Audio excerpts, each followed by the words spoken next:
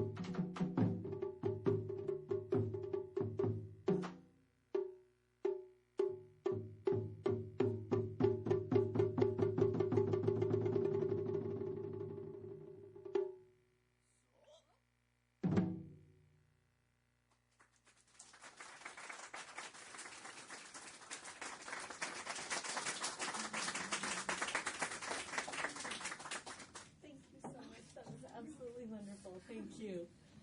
Thank you so much for sharing with us. That was absolutely wonderful. Thank you. Oh, are you taking? I'll move the drum away. Oh, you can leave it there. Or are you guys headed out? I can see. Okay, perfect. Excellent. Wow, what an absolutely powerful opening. Thank you very much for sharing with us. This has been absolutely fantastic way to start. Today is a very symbolic milestone for both the BC government and for the Japanese Canadian community. I'm pleased to host all of you here today and to acknowledge Japanese Canadians across the country who may be watching and witnessing our meeting online. The BC government recognizes the significant harm that came to Japanese Canadians as a result of government actions before, during, and after the Second World War. Your community faced horrific discrimination through disenfranchisement, employment restrictions, forced removals, property loss, and violence. And the horrors of the internment camps for thousands of Japanese Canadians is a terrible stain on BC's history, the impact of which is still felt by survivors and their family members. And that's why we were proud to support the National Association of Japanese Canadians to hold community consultations with your members to share your recommendations on ways that we can move forward together. And on behalf of the Government of British Columbia, I am pleased to receive this report coming from you today, and I welcome you to share a few words before your report is presented. Thank you so much. Lorraine, would you please join us? Thank you. Thank you, Minister Beare. With respect to First Peoples, those of you who are gathered here on unceded and traditional Coast Salish land, and all of you who are witnessing this event through live streaming, I'm honored to present the recommendations for redressing historical injustices against Japanese Canadians in BC, the Community Consultations paper on behalf of the National Association of Japanese Canadians. During the community consultations, we heard from many of our Japanese Canadian community who experienced the discrimination, the forced uprooting, the dispossession and internment. You're going to hear from two of them today. This is deeply personal for our community. Many Japanese Canadian families were longtime settlers in BC, like my family who came from Japan in the 1800s. They were denied their rights, denied education, and forced to endure internment until 4 years after the end of the Second World War. We thank the BC government for supporting us for these community consultations to determine legacy initiatives and measures that would redress the violations of rights and losses. This paper examines what is needed to restore the Japanese Canadian community and to ensure that what happened to us never happens again to any Canadian of any ethnicity or orientation. We have an opportunity to foster positive changes that pay tribute to Canadians of Japanese ancestry and also benefit the BC society as a whole. We look forward to a partnership with the government of BC to implement the measures that were identified in the report. This is fundamental steps towards the reconciliation process with the Japanese Canadian community and will also assist the province to move forward as a welcoming and inclusive society. Thank you.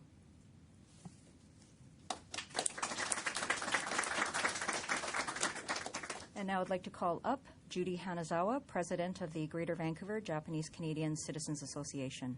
Thanks, Judy.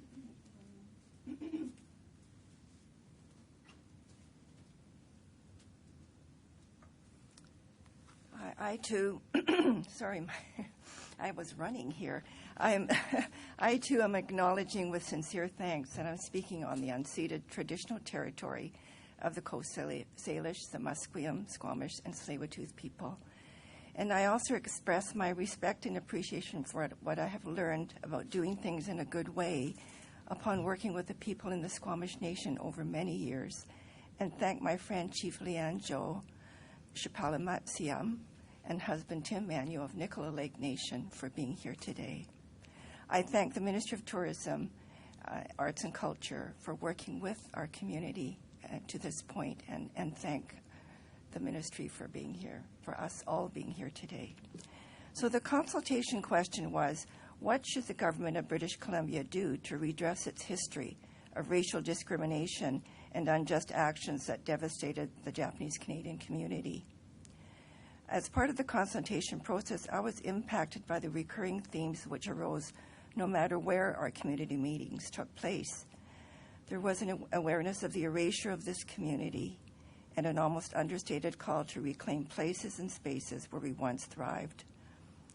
Our communities and our organizations need capacity building, and there was a call to ensure widespread education to fully tell our story in the context of building a more inclusive society. And for me, the need to address our health and well-being has been a focus. This is a story about my family. My family was interned in a self-supporting site at Bridge River, but upon my father accessing a sawmill job in Merritt, my family moved there around 1945. From Merritt, my father sent a typed and courteously written letter dated February 13, 1947, to the custodian of enemy alien property to protest receipt of a $14 check resulting from the sale, without his consent, of family household furniture. My parents had surrendered their new household goods for safekeeping to the custodian a few months after their marriage in September 41. And I was born in Merritt on June 15, 1947, 4 months after he wrote this letter. My parents surely could have used the furniture or a fair cash return, knowing they had a third child on the way. And the war had been over for 2 years, yet bearing the many losses continued to weigh on them. I did not know my father wrote this protest letter until 2017, when the Landscapes of Injustice Research Project discovered it, and I'm proud that he wrote it. But this story is also about the prolonged and unwarranted hardship imposed by British Columbia, which, after engaging in the planned unauthorized sale of their properties and belongings, continued to treat innocent Japanese Canadians like my parents as restricted enemy aliens 4 years after the Pacific War was over. My father resumed his living as a commercial fisherman, and my family moved to Vancouver, struggling to establish their new lives in 1951. For all of us, honoring and preserving the life and culture of a people is a universal human value. And when wrongs are committed against a community, Japanese Canadians, like all people, know there is a need to rebuke the wrong. The wrongs committed by government need to be made visible and addressed. Our Japanese Canadian elders have always stated their stories are told so that no other people will experience what they did. In their honor and for all of us, we need to address the presence of hate and racial prejudice. BC's colonialism dehumanized Indigenous people and marginalized people of color. Inhumanities against Japanese Canadians were sanctioned by the people at all levels of government in this province. We are seeking a way forward so government and community work together to overcome historic wrongs and racialized hate. But rather than eradication, racialized hate is growing. This is not climate change, but the inevitability of breakdown without focused attention and action is similar. There is a real possibility of people continuing to dehumanize one another as natural and life-sustaining resources in the world are threatened. Our stories about what was done to us here and is specific to this province's government and people. And on that basis, it is a powerful lesson, not only in school, but also for others. It can be a catalyst for activating effective, sustained, joint community government measures to research, educate, and fight racism, other forms of hate, and organized hate groups. And for my community, the Japanese Canadian community, there are many things that I think of. There's a need for sustained health care for our seniors, which doesn't transfer and doesn't force transfer of them from one facility to another, because issues like dementia have happened. There's a need to address the fact that our people who are denied an education and who are in their 80s and 90s now may need special help. Their lives were altered irrevocably, and they have had to cope with a change of direction in their lives, which has affected them permanently. I would like my grandchildren to feel positive, comfortable, and familiar about their ancestral identities, including their identity as Japanese Canadians. Our community offers programs to support this, but they must be sustained. I wish my grandchildren and future generations to be attached to a Japanese Canadian community which offers ongoing resources and supports about their heritage. Steps for Japanese Canadians to reject enforced invisibility and reclaim our presence in areas where our communities thrived must progress with honor, acknowledgement, and respect for the people whose unceded territory our historic spaces have inhabited. In addition, as we reclaim areas in the downtown east side where a thriving Japanese community once existed, we are aware today's residents, many of whom are vulnerable, continue to experience displacement and dispossession. Japanese Canadians stand with them because their unjust experience is familiar to us, and it is unacceptable. It is essential to address and overcome the inhumanity of our enforced disappearance, which resulted in permanent community destruction. 60% of Japanese Canadians were exiled from BC and dispersed across Canada, never to return. Japanese Canadian history is shared because it also belongs to this province and this country. Reclamation, commemoration, and being visible in our historic physical spaces support social well-being, not only that of Japanese Canadians, but for others in this province. For my family and for families, we need to address the emotional trauma and social impact evident in our Japanese Canadian intergenerational profile and our relationships between the generations. We have heard community members who spoke of self-imposed shame and silence as ways to contain trauma. In many families, there's evidence of the intergenerational effects of racism and historic trauma. Community members presented this to us during consultations, and in my view, it would be helpful if culturally sensitive, informed therapeutic practice existed, which could be specifically focused upon Japanese Canadian individuals, family, and intergenerational families in need. In closing, finally, thank you to those who are here today, my family, fellow community members, and dear friends. I'm feeling positive that our report is the beginning of significant work between the NAJC, Japanese Canadians, and British Columbia to right the wrongs of the past and to honor the wishes of our elders who have now passed, like Mary Ohara, who repeatedly told her story at public events and schools so that no other people would ever experience what happened to Japanese Canadians. And thank you for listening to me. Thank you.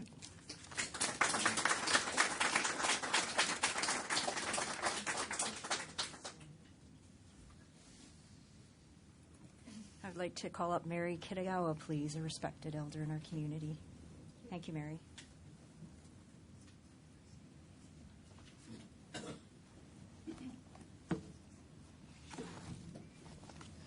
Thank you for inviting me today.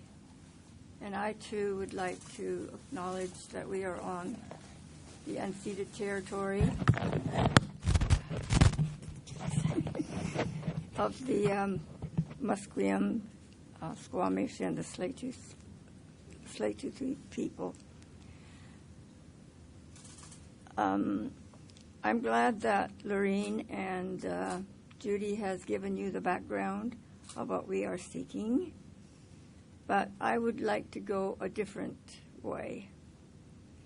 First, I would like to begin by letting you know that I do not like the word internment because, according to the Geneva Convention, a country cannot intern her own citizens. However, today, I will use that euphemism since it has been used for such a long time to describe the Japanese Canadian experience. However, whenever the topic of internment is discussed, we hear only about the property losses, fishing boats, houses, businesses, farms, lands, etc. In that narrative, we seldom hear about the intangible losses which have had a very lasting impact on those who were so cruelly uprooted in British Columbia. A few of these losses were opportunities to seek improvements to their lives, like expanding their land holdings, improving living conditions, or providing children in order to expand their talents. Plans and dreams for a better future were extinguished. Everyone has dreams and continues to plan to reach that goal. Education. To most Japanese Canadian parents, it was a priority for their children. They felt that educating their children would level the opportunity field for them. My parents expected all of us to attend university. In 1942, there were 76 Japanese Canadian students attending UBC that were expelled, thus losing their opportunity to complete their education. In 2012, after 4 years of prodding, UBC agreed to acknowledge these former students with a special honorary degree. UBC, were culpable of not defending her Japanese Canadian students. Retirement. Many seniors, like my grandparents who were retired, were torn away from their comfortable way of life to be enslaved in their 70s to toil in the sugar beet fields. They lived on 200-acre estate in a beautiful 2-level home, which was furnished with beautiful oak furniture. Their farm was now run by their 2 sons and many sponsored Japanese Canadian immigrant men. The productive years. Young couples like my parents lost the most productive years of their lives. Their beautiful 17-acre farm was carved out of a forest. It was providing the family with a very comfortable life. In 1954, they bravely chose to return to Salt Spring Island, where virulent racism was still rampant.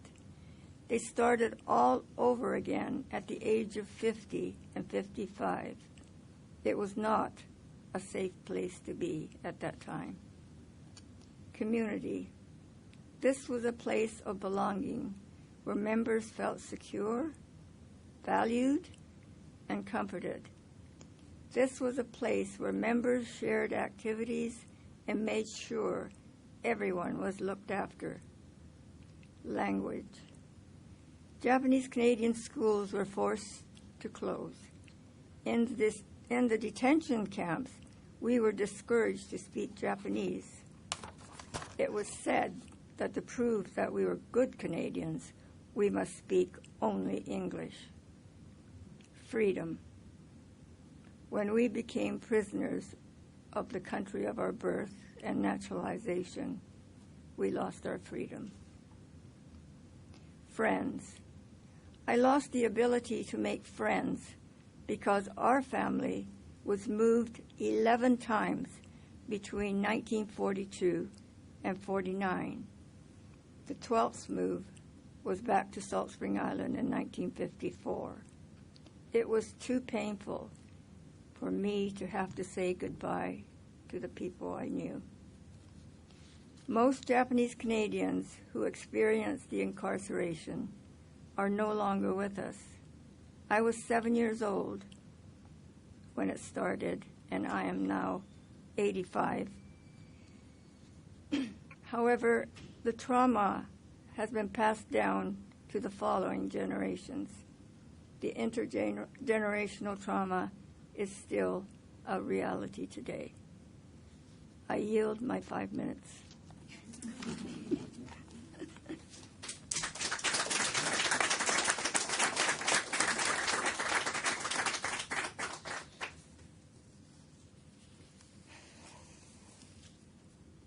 Thank you so much, Lorraine, Mary, and Judy. Lorraine.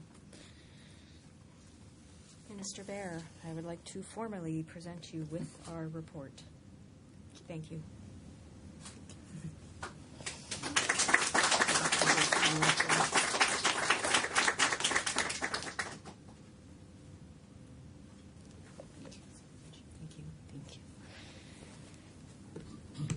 I want to thank you all for the powerful words that have been shared here today.